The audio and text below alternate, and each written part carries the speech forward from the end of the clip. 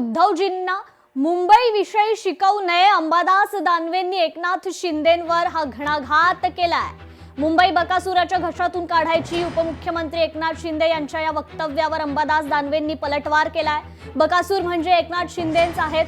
92,000 कोटीचं deposit होतं। महानगरपालिका सत्तेत असताना उद्धव ठाकरे यांच्या नेतृत्वात आता ते सर्व डिपॉझिट मोडलंय, असं वक्तव्य अंबादास दानवेंनी केलंय। बकासूर म्हणजे एकनाथ शिंदेच आहे।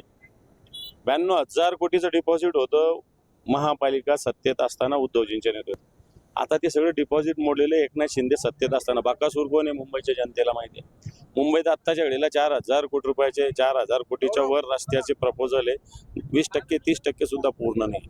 नुसते भ्रष्टाचारासाठी आणि गुत्तेदारांसाठी मुंबईचा वापर मागच्या 4 वर्षात एकनाथ शिंदेनी केला। त्यामुळे एकनाथ शिंदेनी उद्धवजींना मुंबईशी शिकवण्याची गरज नाही।